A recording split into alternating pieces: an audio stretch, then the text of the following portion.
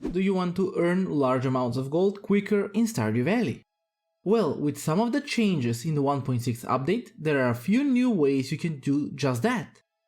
In the video today, we will cover a few of the standard traditional moneymakers that never change, as well as some of the new pieces of equipment that were added to the game.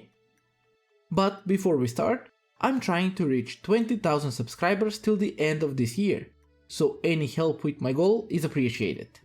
Do press the subscribe button and join our little community because it helps me out a lot. When you start a brand new farm, you only have 500 gold in your pocket. So to increase that, you need to focus on some of the early game money making tactics that you can use. The best one that you can start at the start of any playthrough is fishing. Just head on over to Willy's after he sends you the letter and grab the fishing rod to start fishing.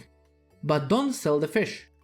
Aim to reach level 5 where you can get the Fisher perk, which increases the fish sell price for 25%. Also, you can get a fish smoker to further increase their price, which doubles the sell price of the fish, but also uses one coal in order to smoke it. At the start it will be a bit difficult to get this piece of equipment, but there is a way to have one from the get-go.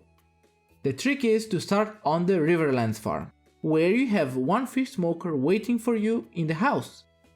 And there is a small trick that you can use here to get multiple fish smokers when you start a brand new farm.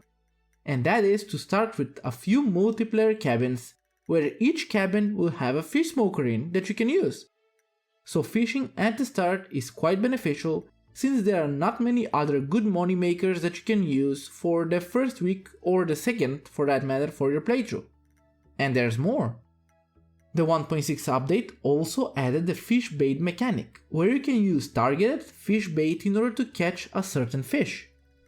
This can be a huge boost for you if you focus on some of the more expensive fish, like for example the catfish in the spring season. The bait maker is unlocked at level 6 fishing, and if you put a fish in it, you will be able to get 5 to 10 baits for that fish. If you spend your time right, you can get up to level 6 fishing by day 4 in the spring season. But you have to purely focus on fishing, so it can be a bit monotone. As you level up your fishing, keep all of the fish that you can catch and use some for energy so you can continue fishing.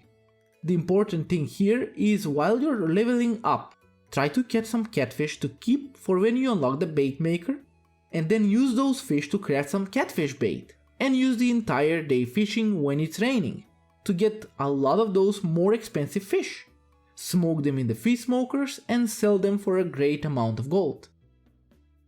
For the more traditional approach, which you'll surely start using towards the middle of the game and towards the late game, and those are the kegs and preserve jars.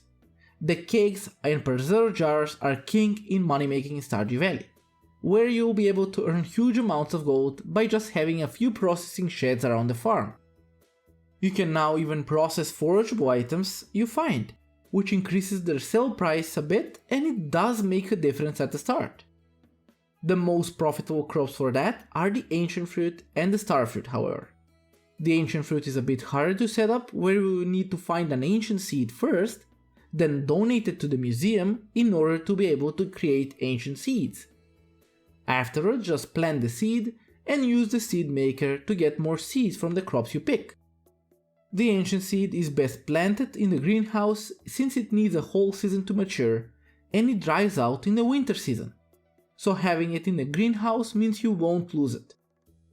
The star fruit, however, can be purchased from Sandy in the desert and can be planted in the summer season, outside or even on Ginger Island, if you want to have multiple types of wine. So with the artisan profession, you will be able to earn huge amounts of gold, but the wait time is quite big. There is also a way that you can make it so you can earn almost 1,000,000 gold every 4 days, and that is by using the bee houses. Bee houses are amazing, and they produce honey every season except the winter one. If you plant a flower next to a bee house, it will then produce honey from that particular flower, increasing the price of it. The most expensive flower for honey is the fairy rose, which grows in the fall season only. And you're gonna probably ask, how can we earn that much gold every 4 days when the flower grows only in the fall season? Well, we're gonna use the Ginger Island farm. Since on the Ginger Island farm you can plant any crop in any season, it doesn't matter. And we're not gonna use the farmable area of the Ginger Island farm since that will be for crops only. But how can we plant the flowers without using the farmable area? There are a few places around this farm that can be dug out and you can even plant crops in them. They're quite randomly spread and I made a video in the past covering them and you can check it out in the description below so you can know where to find all of these spots, where you can just plant a flower and place bee houses around this. With this setup, in the 1.5 update, every 4 days I managed to earn around 500,000 gold. But there was a significant change in the 1.6 update that increased that income by a lot. The change was that flower pots could now influence the bee houses, increasing the area that they could use for honey farming. There is only one catch with this, and that is you have to place the garden pots on the grassy areas only. You can't place them on the sand. But that's still a huge area that you can work with. Next to the Parrot Express, below the Simon Says cave, the slime area, and even the area in front of the golden walnut room. And by using all of these pots, you will surely surpass the 1 million gold mark per sale, making this a highly profitable way to earn gold in the game.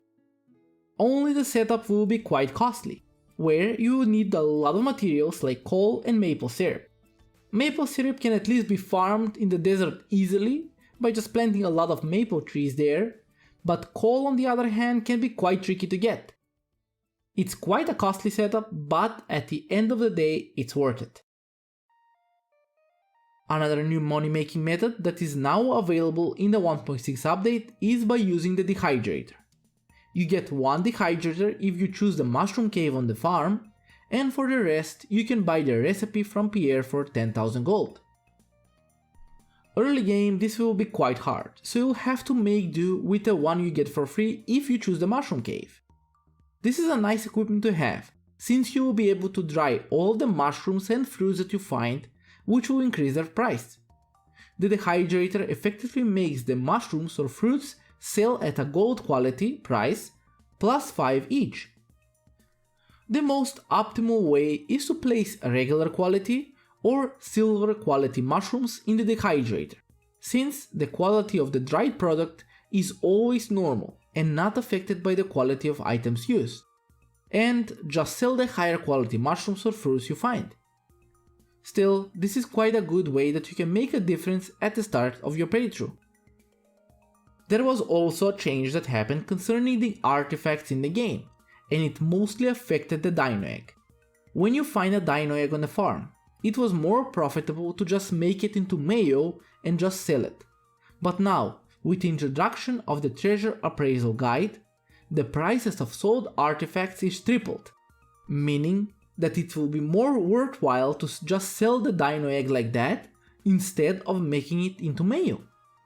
Selling mayo with the artisan profession will fetch up price up to 1120 gold. But the price of the egg, however, will be dependent on the quality, as starting from the base egg.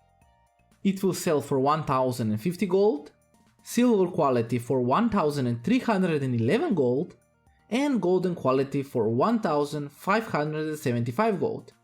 For the iridium quality, that's a whopping 2100 gold. These prices will mostly make you focus on the other types of mayo, and just sell the eggs as they are. So these are some of the possible ways you can now earn larger amounts of gold in Stardew Valley from the early game, all the way up to the late game. Most of the changes that happened were for the better, and for me the bee house with the garden pot change was the best. But what do you think? Which of these do you use on the farm, and which is the best way to earn gold by you? Let me know down below. In any case, thank you for watching. If you enjoyed the video, please do press that like button and also subscribe to the channel since it helps me out a lot, and you'll get notified of my future content and streams. I hope you all have a great day and I will see you all in my next one. But till then, stay safe.